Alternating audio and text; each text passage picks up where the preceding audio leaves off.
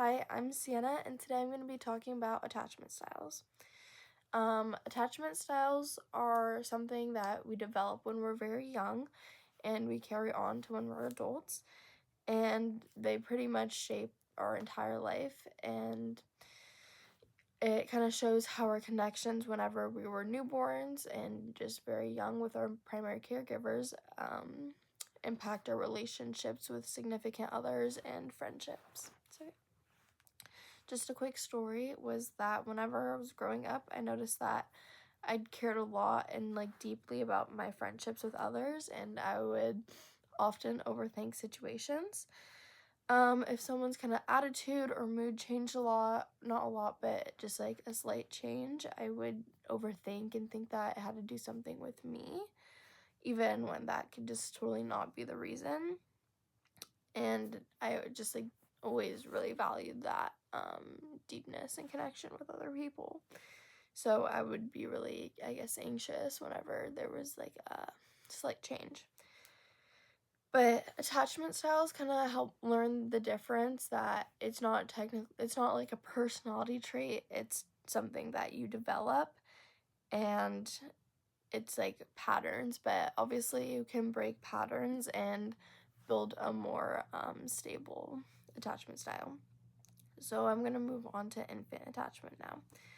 Infant attachment is the emotional bond between a baby and their primary caregiver, or their mothers most often.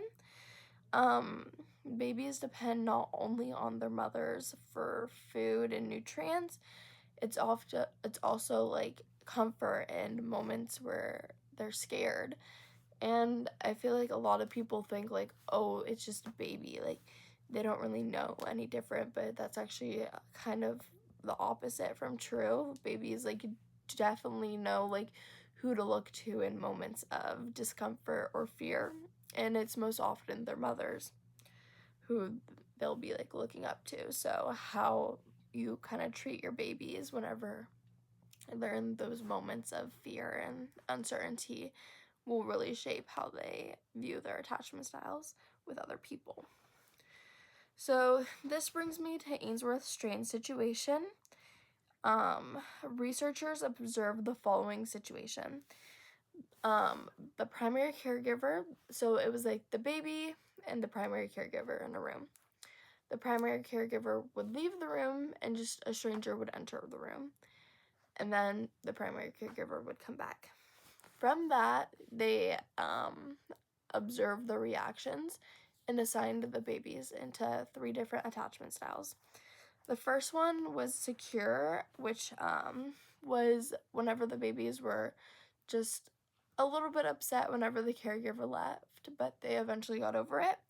And then whenever the caregiver came back, they were much more comfortable. They looked for them for comfort, and they were able to kind of just move on. The avoidant one was whenever the caregiver left, they didn't really seem to really care that much, and whenever they came back, they still didn't really care, so it was just a little bit avoidant, distant, not really just doing their own thing. And then anxious is whenever their primary caregiver left, they were just really shaken up, crying, very hard to calm down. Even when the caregiver would eventually come back into the room, they were still really upset about it and kind of struggling to get over that emotion. So this shows that children develop different attachments based on how the caregiver treats them. So it's very important that you give them that kind of proper attention and help them in moments of need, but also be stable. Don't coddle them too much, because that might lead to an anxious attachment. And yeah, so this leads to adult attachment in my test results. So adult attachment is measured with 2 things, which is avoidance and anxiety. Avoidance is discomfort with closeness. So if it were with a significant other, it might feel that whenever things seem serious or there's the kind of deeper emotions, someone that's avoidant might shy away or kind of pull themselves back from that situation to kind of protect themselves. Whereas someone that has high anxiety worries about being rejected or constantly needs that reassurance that it's going to be okay, things like that. So my personal test results were, they're out of 5, so 1 to 5. Mine was 2.1 in avoidance, so I'm pretty comfortable with that kind of closeness with others, where I scored a 3.7 in anxiety, so I tend to worry a little bit more about attention and might need a little bit more reassurance.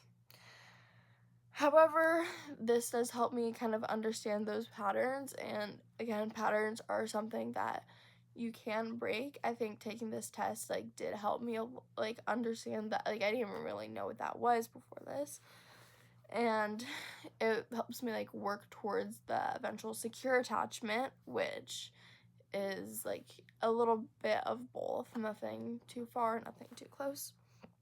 And there is things you can do to help with that. So overall, attachment theory helps us explain our connection with others and why we act the way we do. And understanding attachment styles can help us grow and build healthier relationships with others. Thank you.